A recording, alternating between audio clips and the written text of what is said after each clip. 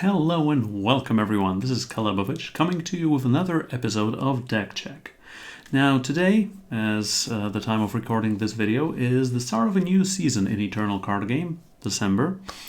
And right now, in each season, you can gain some ranking points by being the top honcho in Master in Throne or Expedition, for top 20, for top 100, and for just being in Master. And all those things are what make people want to go for Master even more than before, even more than just for the shiny legendary at the beginning of the next month. Also, a lot of people have been asking me how to get to Master in a short period of time, how to get there reliably, how to get there on a budget, etc. So today, in today's episode, I am going to answer some of those questions, mainly how to get faster to Master in Expedition with Calebovitsch. So, how to get faster to Master? Well, the thing is, you can play a plethora of decks, honestly, in the current Expedition format. After Xenon Cultists took a hit, I mean, you can still see them on the ladder, etc. But there are more and more decks coming out of the woodwork now. You have plenty of Huru, of Elysian, some Combrei, some Arcana Onis, a lot of Stone Scar, some Argent Ports, especially that you have cards from two campaigns available now, from Dead Reckoning and Trials of Grotov. But the thing is, you could, for example, play a controlling deck, or you could play an aggressive deck, or somewhere in between. The thing is, if you want to get faster to Master, usually it is better to play a more aggressive deck, because the average length of a game with such a deck is shorter than otherwise with a control deck, with a combo deck, with a just heavy, grindy deck. And the more games you can get in a shorter period of time, the less time in total it takes you to get to Master. So faster to Master literally means playing aggro, and there are many good aggro decks, but this one that you're seeing right here is something that I've played at the end of November. There are probably some better lists of Combrei Aggro, but this is the one that took me a bit higher in Master. I went 26 wins and 11 losses with it on, was it about six in a 6-hour stream? So 37 games in 6 hours. That was quite a lot. Also, 26 to 11 is quite a decent win rate, so yes, and now I would like to share this one with you. As I have said, you probably have seen such a list or a similar list, but I will try to go a bit more in detail about the card choices for this one, aside from the fact that most of these are obvious. Some, let's call it metagame choices, and ways for you to tinker with the deck. Okay, so faster to Master, an aggressive deck. That already means you're playing 25 power, you don't want more power, you don't need Seek power. In a 2-color deck, you probably don't need any influence fixing as well. And you want to start off as early as possible. And Combrei is a great way to do that, because aside from Shinra Unbreakable, the current top 1-drop, you also have access to Borderlands Lookout. So Borderlands Lookout is a 1-cost Time Elf Explorer. 0-1 might just drive you away from this Elf Explorer, but it also has a text box of +1/+1 for each type of influence the enemy player has. I mean, this unit is very prone to silence effects, but as in other aggressive decks, if the opponent silences this one, they don't silence Varret, they don't silence Genetrix, etc., so you're still quite well off. Also, in the current format, this one is usually a 2-3 or a 3-4. I have not seen a lot of mono decks, not probably aside from a mono Shadow Elf deck I have played like a month ago. More than 3 colors I have not seen as well. And this one usually is a 2 attack unit when you just play it. Also, I mean, for me it is always, I count it as a 2-3, so same stat line almost as Bloodseeker. It doesn't get bigger later in the game, but doesn't cost you health as well. The other 1-drop is Shenra Unbreakable, a legendary 1-cost with just a single green influence, Mystic. Invulnerable to damage on your turn, such as Steadfast Paladin in the draft format before this one. Weapons and curses can be played on Shenra. Also has a mastery of 8 when it gets +3/+3 and endurance permanently. Yeah, this one is just a huge powerhouse, and many decks seem to have a problem getting rid of it. But as the metagame evolves, people also have found a lot of ways to just counteract this unit. One of them is playing Vara's Favors, and Vara's Favor is Shenra's bane, honestly. Is invulnerable to damage on your turn, which means you can attack with it willy-nilly without thinking about deadlies, about lifesteals, etc. Because the opposing units won't be dealing damage to Shenra, so if the opponent, even if they block with their Varret doesn't get closer to mastery, a deadly cannot kill it, a lifesteal unit won't gain any health for the opponent, etc, etc. The weapons and curses clause is good and bad, because you want to play weapons on Shenra. There are 8 weapons in this deck, 4 Elder's Feathers and 4 Earth Elementals with Exalted. And you gotta remember that, yeah, you just can't play it on Shenra.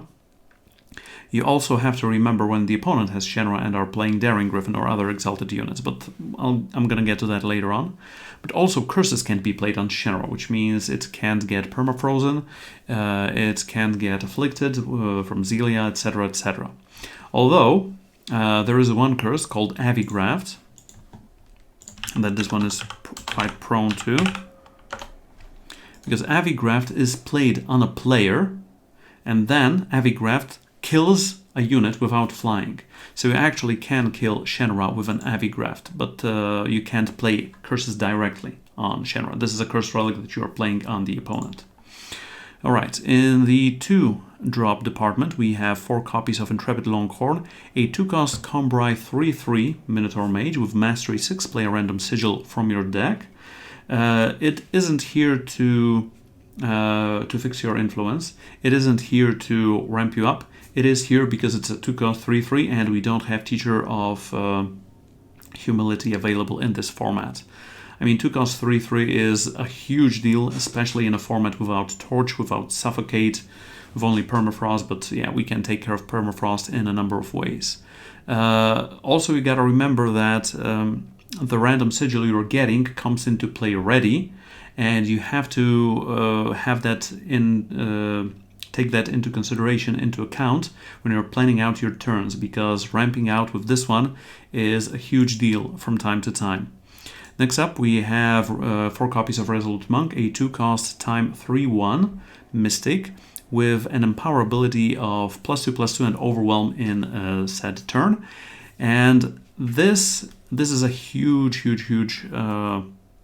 necessity for this deck, because if you're not drawing your power, means you're drawing gas. If you're drawing power, means you're drawing gas for Resolute Monk.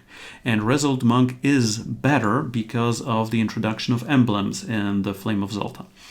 Emblems, I will get to them later, but generally are power that also gives you units. So mid-game, when you have 1 or 2 Resolute Monks in play, it is usually better to draw an emblem than to draw just a unit, because it's like you're drawing a unit that also buffs Resolute Monk. And the Overwhelm on Monk is very necessary in a format full of small blockers or just units that, well, the opponent can't jump on the ground very reliably against a Resolute Monk.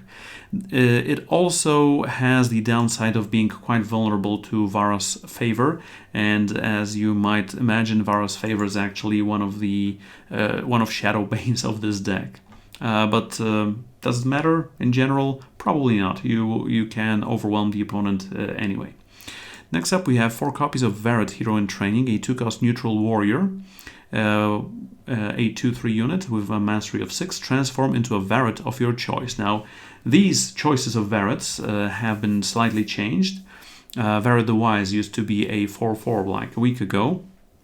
They toned it down to a 3/4 because 95+% of the cases were people just choosing Varret the Wise because it had the greatest stat line and was the most invulnerable to any and all kinds of removal. I mean, the only thing that could get rid of Varret the Wise is, for example, Voprex's Choice on an empty board. The Stonescar spell that says the enemy player has to sacrifice a unit of their choice, and if you have an Aegis unit, you still have to sacrifice that one. Right now, Varret the Stealthy and Varret the Mighty have also been buffed. Varret the Stealthy from a 3/5 and Varret the Mighty I don't remember, but it is bigger now. And whether you transform it into one of these forms, it depends usually on the board state. I mean, still you will generally go for Varret the Wise, but if you are in a racing match against other aggressive deck, you might want to go for Varret the Stealthy. Or if you know the opponent does not have a removal, or you already have other targets that are 3/4 or 3/3 or similar, then you just can go for Varret the Mighty and just try to steal the game with that one. Also, you gotta remember, if you achieve second mastery of the second Varret form, it gets exalted, so it can mega buff yet another unit. And yeah, you can just get away with Varret, obviously. Next up, we have 2 copies of Nash Unrelenting, a 3-cost double-time warrior, a 4/4 unit for 3, and it is in this deck mainly because of that. It also has a muster ability of Nash gets +3/+3 this turn, and your other units are invulnerable to damage this turn, but you don't have a lot of ways of triggering that muster. You gotta remember about that. Because it can obviously prove for some fancy lethals, but it is not necessary for this unit to be in here. If it were a 3-cost 4/4 with no abilities, if it was silenced from the get-go, I would probably still be playing this card in this deck. I also am running just 2 copies of Nash. You might want to run more. For what? I have no idea, because this deck is as clear-cut as it goes. Also, Shenra, Varret, and Nash are your 10 legendaries of this deck, but I will get to the Shiftstone conundrum of this deck later. Next up, we have 4 copies of Kirin Ascendant, a 3-cost Combrei Kirin, a 1/3 flyer with lifesteal that on summon you get to kill an enemy attachment. Also has a mastery of 4 of getting +2/+2 permanently. Now, this card is I would call it a metagame choice against a lot of Avigrafts, against a lot of Permafrost, etc., etc. This slot used to have 4 copies of the Smuggler, of Pearl Abbey Smuggler, a 2/1 with the ability to swap a card from your deck to a card from your market. And Kirin Ascendant used to be in the market, but Kirin Ascendant was usually the card you were getting all the time. And the stat line on Pearl Abbey Smuggler is not a great one, especially that we are just running 12 spells. So buffing that one was a problem. Also, this is the only flyer, not counting giving flying to a unit of yours. And the flying on this one is more often than not a stall breaker, a ground stall breaker. The stat line he seems quite diminutive, but if you can buff it with Drill Master, Genetrix, or one of your tricks, then yes, you already have a 3/5 flyer with lifesteal for 3. And if you are able to kill an enemy attachment alongside that, all the better. Also remember, exalted weapons that your opponent plays on their own units are attachments, or for example a Caleb's Persuader, so there are a lot of targets for this one for sure. I mean, if you don't have a 3-drop at the ready, more often than not you just want to play this one out, but yeah, you also have the option of getting value from that. Next up, we have 4 copies of Seasoned Drill Master, a 3-cost Minotaur, a 3/3 unit that on summon gives one of your other units +3/+3 this turn. This seems like a great draft card, but it also has proven itself quite worthy as a huge punisher in fast aggro decks as well. it helps your units get faster to master as well, because if you play Intrepid Longhorn on turn 2, on turn 3 you play Seasoned Drill Master on that Longhorn, you attack as a 6/6, the opponent probably cannot get rid of it, so you get to trigger its mastery, you get to play a random sigil from your deck, non-depleted, then you can even follow it up with Borderlands Lookout or Shinra Unbreakable, or have power up for Finest Hour. So good deal, good deal, good deal. You can also buff up our Resolute Monk with Overwhelm. You can buff up Varret. You can buff up Kirin Ascendant, and it attacks for 4, so it triggers its mastery when it survives. So yeah, all in all, a great deal. We are also finishing the huge 34 unit base with 4 copies of Genetrix Iroll 4, a double promo card. I believe that's a UI mistake, but still. It's a 4-cost double Combrei Cleric, a 2/2 unit that gives you +1 maximum power, which usually doesn't matter because this is the top end of your deck, but also has a summon ability, give one of your other units +4/+4 while you have Genetrix Iroll 4 in play. So if you put that buff on a Varret, it turns into a 6/7, gets its mastery done. And remember, if you put Genetrix's ability on Varret, when it transforms, it is still linked to Genetrix, so it still has that buff. I mean, if you give Varret, I don't know, Berserk or Reckless or Aegis or something like that, and it transforms, remember, he loses that ability because he becomes the new form. But if he's tied to Genetrix, he retains that bonus forever and ever, and one more turn until someone chars Genetrix or just destroys it in any other way.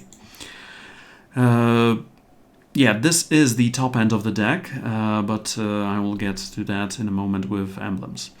As far as weapons, or rather attachments go, we only have 4 copies of Elder's Feather, a 1-cost Justice weapon that gives a unit +1 attack and flying. And you usually don't want to play it on turn 2 on Borderlands Lookout, but I did that a couple of times and wasn't that well of a decision. Also, it can get Kirin Ascended away, etc., etc. But mid-game, it is your way of dealing lethal to the opponent more often than not. So yeah, it is a good deal. Just remember, you cannot play it on Shinra Unbreakable, however much you would want it, unless it's silenced. So thank you, opponent. Further down the line of the deck, we have 4 copies of Finest Hour, a 1-cost Justice fast spell that gives a unit +3/+3 this turn. 4 copies of Armory's Choice, give a 2-cost Combrei fast spell, give one of your units +3/+3 and Overwhelm this turn, or silence an attacking enemy unit and put it into the enemy hand. And 4 copies of Edict of Grodov, a 3-cost fast spell with 1-time influence requirement. Put an enemy unit or spell into its owner's hand. If it's blue or purple, put it on the bottom of its owner's deck instead. Remember, guys, it also works on spells. So it can delay, for example, a Shinra Speaks for 1 more turn. And that is a huge deal because it is a time walk for you when you're playing against a Combrei-based control deck. Also, targets include, but are not limited to, Carve It, 4th copy of Carve It, and Incarnus, and some other great cards that the opponent could be playing. Also, even if the opponent is not playing any Primal or Shadow units or spells or cards in general, it is still a good tempo card that you can use to bounce an enemy blocker, etc., etc. Just remember, you cannot bounce your own unit back to your hand, so you don't have the option of saving your unit with this one. All these spells are best retained in hand and used in your attacks, not in your defense, because this deck needs to be attacking on almost all your turns, because you are the aggro. Even in the mirror match, you are trying to be the aggro. The goal of this deck is to be aggro. This deck has 4 cards that cost 4 power. Everything else is lower than that. As for the power base, we only have 25 power, but we are decimating our power all the time.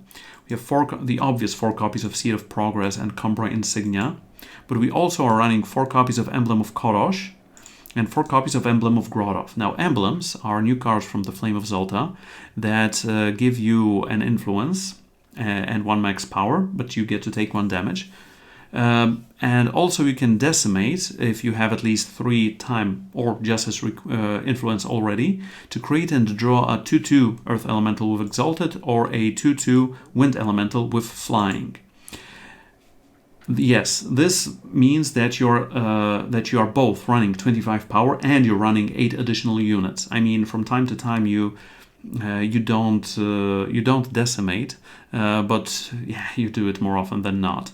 I mean, you just need 3 power, honestly, for like 71 out of 75 cards from your deck. If you are on 4 power, then it's okay. Then you don't need any more. But if you are somewhere around 2 to 3 power, yeah, you decimate. You decimate almost all the time. But playing emblems is one of the most strategic decisions you can make in this deck, because more often than not, if I'm on 3 power and I have a 2-drop in hand, but I have played a 3-drop already, I don't want to be playing emblem on that turn, because if you're playing an emblem, you still get 1 max power for that turn. So technically, if emblem of Grotov or of Korosh was a unit instead of an emblem, technically that unit costs you 1 if you are playing it on the turn you are playing the emblem as well.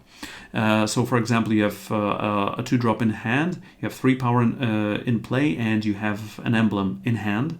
Then you're playing the emblem, you have 4 power, you're decimating, you have 3 max power, but you are still access to 4 power. You can play the 2-drop, you can play the elemental, and yeah, you have 2 threats on the board. And if you have Resolute Monk in play, you've also triggered the Empower on this unit. Emblems are one of the keys for this deck's success, for sure.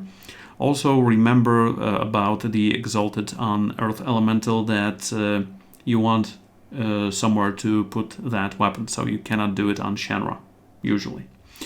Okay, this deck is kind of on the budgety side, but not 100%. I mean, it is running 10 legendaries, 4 promos, and 12 rares. It does cost almost 50,000 Shiftstone when I put it into Eternal Warcry, 47,600 to be exact, if you're just building it from the ground up, if you don't have any Time or Justice cards. You probably could get away with some combinations of other cards in this deck, but honestly, don't touch the power base unless you want to trade a Time Sigil for a Justice Sigil, because A, you don't want your power to come into play depleted, B, you can't have more goodness than this, yeah, and that's it.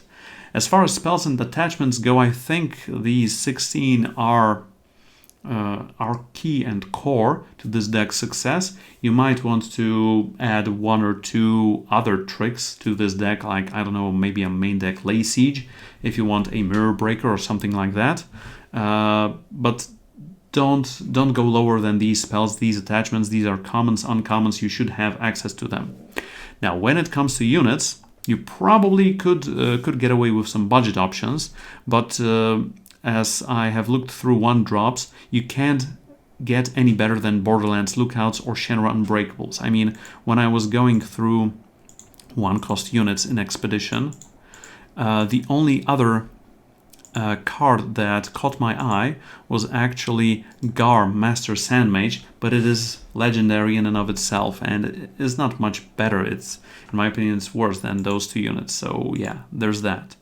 In the 2 slot, you have your Intrepid Longhorns and Resolute Monks. These are commons and uncommons. You also have Varets, Heroes in Training, and theoretically you could just take them away from the deck, and in their spot you could be playing, for example, Crownwatch Paladins. Yes, let's limit it to this one. You could be playing Crownwatch Paladins, or if you want to get ultra fancy, you could also be playing like Kira the Prodigies, because you do have 8 buffs in the spell variety, and you have 4 more buffs in Seasoned Drill Masters. So yes, you could go lower than those Varret legendaries. When it comes to the 3-drops, Seasoned Drill Master is a no-brainer. Kiran Ascendants, you are interchangeable with Smugglers, and you don't need those Nashes, in my opinion. I mean, they are great, but they are not 100% necessary, as they are just 2 cards. and you could probably go better than that. I mean, even if you just are playing a 3/3 endurance for 3, that can give you an additional unit, or a Bright Mace Paladin that can get you some more health. Or if you have other legendaries like Calebovitch's Apprentice that gives you a +7/+7 weapons for your deck later on. So yes, these are interchangeable. Varets and Nashes are interchangeable with other things. Kirin Ascendants are interchangeable with Smugglers. These are good. Are they necessary? Not 100%, not as much as the emblems, for example, or all the spells. As for Genetrix, if you don't want to be running such a fragile unit, you could try and go for something else in this slot. For example, you could be going for, I don't know, Beckoning Lumens or Stewards of Prophecy or stuff like that, or Venom Riders if you have that campaign at the ready, or Imperial Loyalists, so that you can Armory's Choice and get a 2-drop as well, or even just Yisha the Equalizers, 5/5s that make some of your units slightly bigger, like Resolute Monk is a 3/3, like Kirin Ascendant is a 3/3, like Borderlands Lookout it has one more attack, Shenra has one more defense, etc, etc. But yes, this is the basis of the deck. It is, once again, quite on the cheaper side, but does have several legendaries. But legendaries such as Varet, if you are playing Expedition, you are going to be playing Varets for the longest of time until they get nerfed. And if they get nerfed, you get all your shift zone back, so easy peasy lemon squeezy. Also seems I am bound to this deck, because earlier today in the monthly rewards I got a premium Shenra Unbreakable, so yeah. Alright, I think that is enough talking about this deck. This is plain and simple, just playing stuff out and being aggressive, but also you sometimes need to get creative on different board states, but that is something I will hopefully explain in the games. So let's try and get faster to master with Calebovitsch and his take on Combrei Aggro. I have recorded several games that are literally the last games that I have played in the November 2019 season. And here, after a redraw, we see that this is a great hand. We have a 1-drop, a 2-drop, 2 tricks, and we can draw a ton of cards. Even if we draw some power cards, these are also units that we can play on turn 3 more often than not. And opening up on Shenra is just great. Akko, we don't care about Akko at all. Usually in this deck, this is a cool deck. This deck, usually, I keep joking, does not need removal for a turn 1 Akko or a turn 2 Varet, because you don't care if they're attacking you with it, if they want to trigger Mastery with it, especially if they want to go for the Stealthy Varet with it. Now, as I've said, Vara's Favor is the bane of this deck, because it gives the opponent a huge advantage of getting rid of a good 1 or 2 drop. But is removing that one the correct choice? We're gonna see in a moment.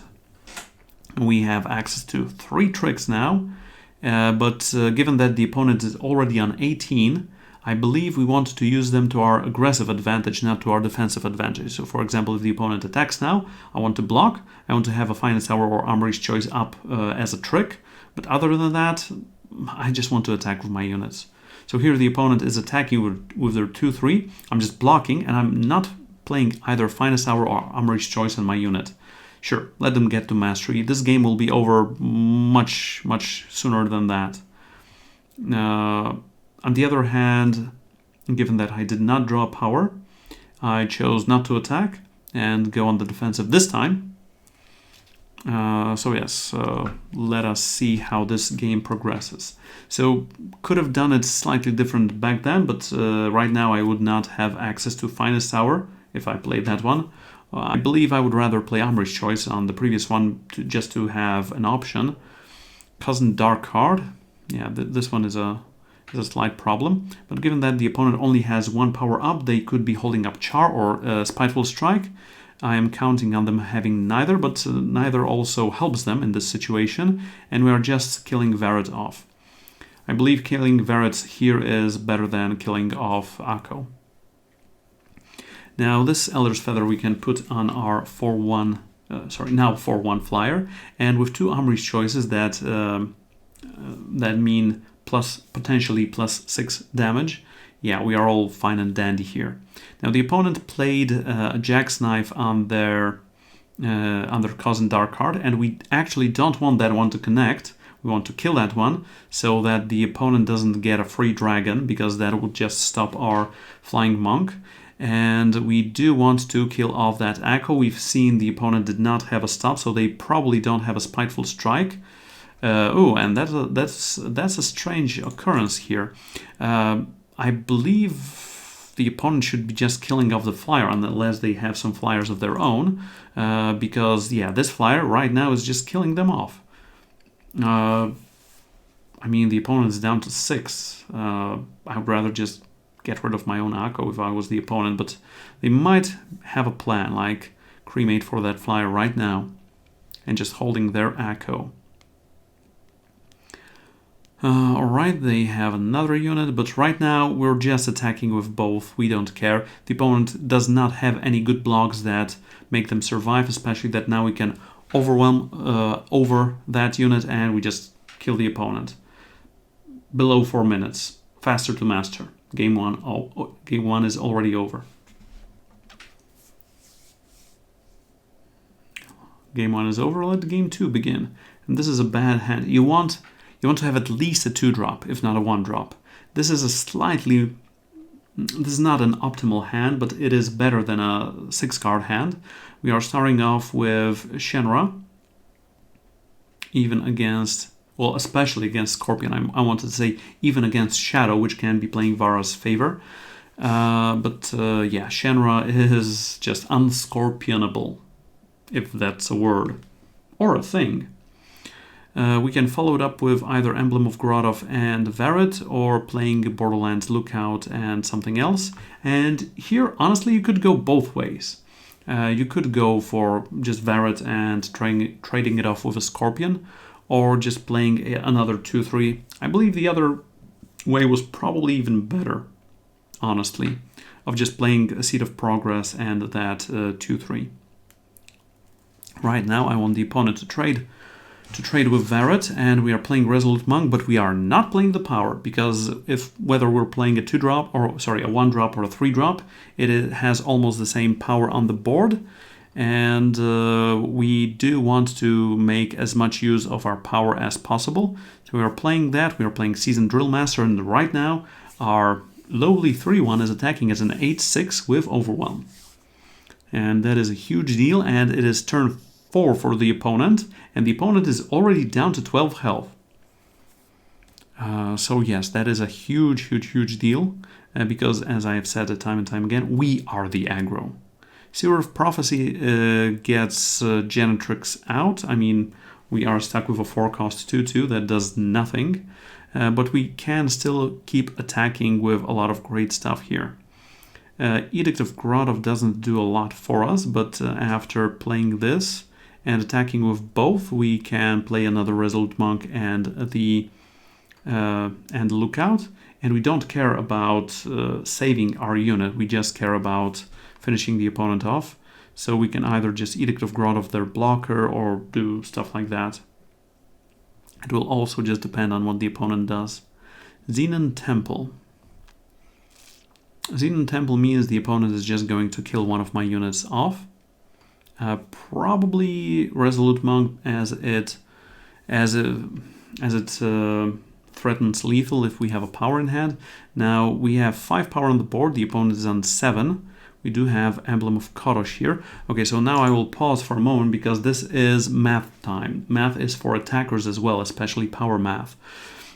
Here we could attack the opponent for 5 and not the side, but then the opponent plays Xenon Augury from the side, regains 3 health, and is closer to having an answer for this. Maybe they are looking for a main deck Malediction or something like that. I don't know.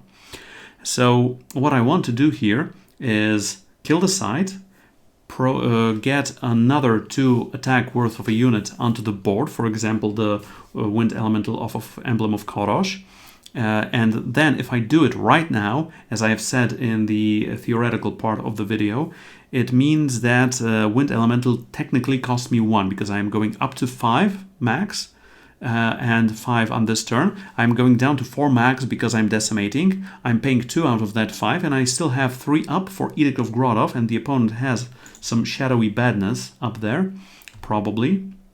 So we both are killing the site. We have lethal on board for next turn, and we have a small negate or for either a spell or just bouncing up one of their units. So this is a great situation to be in, honestly. Now, what will the opponent do? They are playing Incarnus, Makar's Listener. They hopefully don't have more power. And in this situation, we're just bouncing that back, and it is once again faster to master. It is turn, 5, 6, and we're done. Game 2 already. Game 3.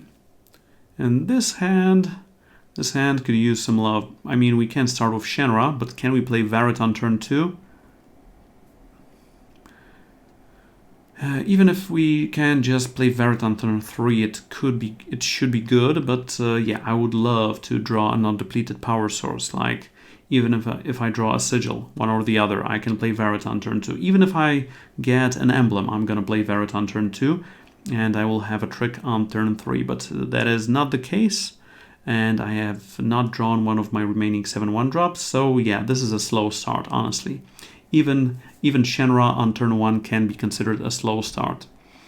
Now the opponent is playing some sort of a wind chest control deck, given the isolate that we're seeing here. So if we had played Varret on 2 and attacked here with both, isolate would not be working. So yeah, that depleted power source was a slight problem here. Now, I don't believe I want to be decimating in this situation because I do have Genetrix in hand. I just want to be playing Nash. But you also have to be careful because the opponent can be playing main deck Maledictions. I mean, if you see a shadow-based control deck, then yes, probably. Although they are playing a Rakano Artisan here. So what I want to do here is play Emblem, Decimate down to 3, play Genetrix on Varret to get Varret up and running, and into stealth mode probably, into Aegis mode probably. The opponent saves some damage, and are we going for that or are we going for the Mighty? No, I'm going for the Aegis one. Sure. I mean, killing Genetrix takes 6 damage off of the board, but we still are attacking for 7. We have a negate and we have a Finest Tower, so it is a 2-turn clock on our side. The opponent will probably be killing Genetrix or Nash off right now, yes. And it goes on Genetrix. As I said, it is 6 attack, 2 on her and 4 on Varret. So right now we can just attack with both, given that both Varret and Nash are immune to Malediction, and the opponent cannot be playing stuff, is not playing stuff like Shenra Speaks, because they're not playing any time influence. Then we can safely just play another 3-4 onto the board and a Shenra. I mean, right now Malediction just gets rid of Aegis and 1 unit, so that's not great. Hammer of Authority kills off Varret probably. Not allows me to Finest Hour in response. And yes, okay, so Kirin Ascendant in this spot is great because if you kill off the weapon, you're also getting rid of the opponent's armor. So it is like dealing 2 damage to them as well. And we can just attack here willy-nilly down to 1. And the opponent is almost dead. And given that they are probably not running any such go-wide thingies. Okay, they have a 4-4 weapon here. They're killing the fire off. So they're at 4. If they block 2, they go down even more. So what are we doing here? What are the options? Okay, so this is a small puzzle, an easy one, but a puzzle nonetheless. Okay, so let's say we are playing Kirin Ascendant on their weapon. They go down to 1 health. We attack with everyone. So the opponent blocks the 4-4 with their 2-2, the 3-4 with their 4-5, and the 2-1 goes through. But the opponent gains 2 health, and they go down 2, and they are still at 1. We have 2 units, and Kirin Ascendant, so 3 units to their 1 unit, but they can have something in hand as well. But we do have lethal here. We can bounce one of their units, and the one we are bouncing is actually not Brel, not the bigger one, but the lifesteal one. So even if they block off Nash, the 4/4, we still attack for at least 5, and yes, that is victory indeed. And for the last game, we have a slightly higher ranked master. Maybe we can knock them out of top 100 and feel good/bad about it. This is quite a good hand with a 1-drop and a 2-drop and 2 tricks. The opponent is on... right now I'm hesitating between does the opponent have Vara's Favor or not? That was the conundrum. They could also be having like Conflagrate or Voprex's Choice or something like that. And the question is, which one do we want the least here? This is another conundrum that I have come across more often than not. Do we play Intrepid Longhorn or Varret Hero in Training? Now that depends on 2 factors. Which one you want to have on the board, and which one, and do you think the opponent will get rid of the first card that you're going to play? Honestly, Intrepid Longhorn is just 1 more damage on the board and can provide us with a slight ramp. For example, if we find us hour it up next turn. So, I mean, 50% of the time I do Varret, 50% I do Intrepid Longhorn. I'm still gathering my internal data on this one. Oni Dragonsmith, sure, it is a 3/2 already, and they're conflagrating this. And the dragon is attacking and is flying already. So this is not a great spot. Fortunately, we do have those 2 finest hours, and they are great sources of pushing damage through in general. So yes, attacking with Shenra right now. We can follow this up with Varret and Borderlands Lookout, and just keep Emblem of Grotto for later. Now if I don't draw a 4-drop like Janitrix, I'm not playing Emblem of Grotto, I'm just waiting for time, or Resolute Monk, or just maximizing hand, just even maximizing each power card that I have in hand, because they have additional uses like the Decimate, like getting that unit, and like empowering Resolute Monk. So as you can see, there are no huge decisions to be made here, honestly, in these games. Just smaller ones to optimize your damage output on the opponent's portrait. Now, here the opponent is up with 4 power. Now, they could be holding a Dragonforge and just going for something like a Carvet, which is problematic for this deck, but is also one of the better targets for Edict of Grotov, if we have it, obviously. But the opponent could also be holding up a Cremate or a Conflagrate or something like that. So if the opponent blocks Varret like this, I am not willing to pump it up with Finest Hour, because that solves nothing. We can just follow it up with playing out Intrepid Longhorn and leaving those 2 Finest Hours in hand. Because if I Finest Hour, the opponent Conflagrates, I need to play another Finest Hour or something like that. So yeah, if the opponent was blocking here, I wouldn't be tricking it up, I would just be sacrificing Varret. Remember guys, we don't need to get Varret to mastery in order to win the game. We just need to kill the opponent. Also, I played that power because I have 2 Finest Hours up, and I might want to use them. Also, this version of the deck has a slightly lower problem with whether to hold power in hand or not, because I'm not running Smugglers. So that is a slight benefit, because you can make a mistake with just smuggling a wrong card out or getting a wrong card in, etc, etc. I mean, yeah, you're playing usually Smugglers to your advantage, but right now, if you don't have Smugglers, you don't have that dilemma of, oh, should I be keeping that 1 more power in hand or not? Now, the opponent is going full on aggro here, especially that just triggering off that Caleb's Persuader already gives them the mastery on the dragon, and that also means the opponent is attacking us for 11 down to 7, and they have lethal next turn. But if they don't have any follow-ups, we have 3, 5, 7, 9, 12, 15 for the lethal. So the opponent doesn't have anything in hand, bye-bye. And they don't seem to have any. So A space is in order, or manual A space at least. And they don't seem to be having any stops here, which is good for us. Yes, no stops, so this is already a victory lap.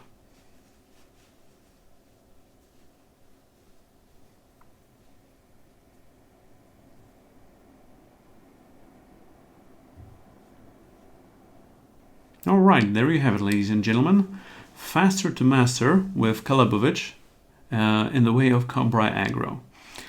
Once again, this deck is rather simple and easy to pilot, but can have some medium level or hard level decisions to be made along the way. It is for sure something you can take to master in expedition in several days. I don't know if in one day, but in several days for sure. So yes, plain and simple, easy explanation, but you might have some questions. And if you do have some questions, just type them in the comment section below and I will try to get to them as soon as possible. I hope you enjoyed this maybe shorter video, but not by much. And remember, if you did, just find that subscribe button somewhere in here. It is free to use. Right now, I would also like to thank my sponsors of this video. TeamRankstar.com, your best source for all card game information, materials, metagame snapshots, guides, etc. for digital card games such as Eternal, Magic the Gathering, Hearthstone, Elder Scrolls Legends, Mythgard, Teppen, and Gwent. I would also like to thank Inked Gaming, customize your game with your style, OP Seat, and Acquire. This is going to be it for Calebovitsch. See you next time. Bye bye.